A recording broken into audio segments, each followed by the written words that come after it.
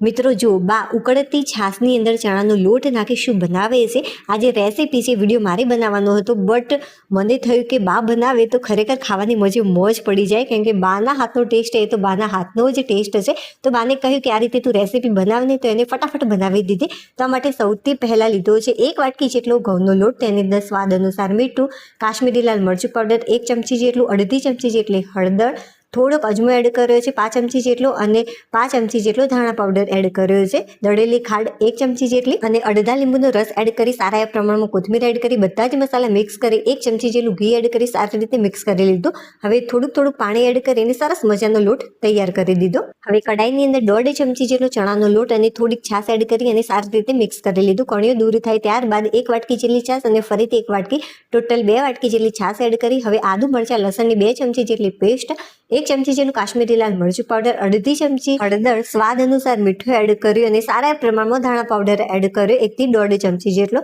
હવે બસ આની અંદર આપણે એડ કરીશું ગોળ, તો 2 મોટી ચમચી જેટલો ગોળ એડ કર્યો છે. હવે જે આપણે લોટ તૈયાર કર્યો તો સરસ મજાનો રોટલો મોટો વણી લેવાનો છે, એકદમ પાતળો. હવે બસ ચપ્પાની મદદથી ચોરસ ટુકડાઓમાં આને કટ કરી દેવાનું છે. આની જે જાડાઈ છે એકદમ આપણે પાતળી રાખીશું. હવે પ્લેટની અંદર નીકાળી લઈશું. હવે જે છાશ મસાલાવાળી તૈયાર કરીને આપણે રાખી હતી એ આપણે ગેસ ઉપર મૂકી દઈશું, અને જે ગેસની ફ્લેમ છે ફાસ્ટ રાખવાની. આ રીતે ઉભરો આવે ત્યારબાદ આપણે આની અંદર 1 વાટકી ભરીને પાણી એડ કરીશું. ફરીથી ઉભરો આવે ત્યારબાદ જે ઢોકળી તૈયાર કરી છે આપણે આની અંદર ઉમેરી દઈશું. હવે ઢાંકણ ઢાંકી ધીમા તાપે ઢોકળી કૂક થાય ત્યાં સુધી તમારે કૂક કરવાનું છે. વિડીયો પસંદ આવે તો લાઈક કરી દેજો, ઉપરથી કોથમીર એડ કરીશું.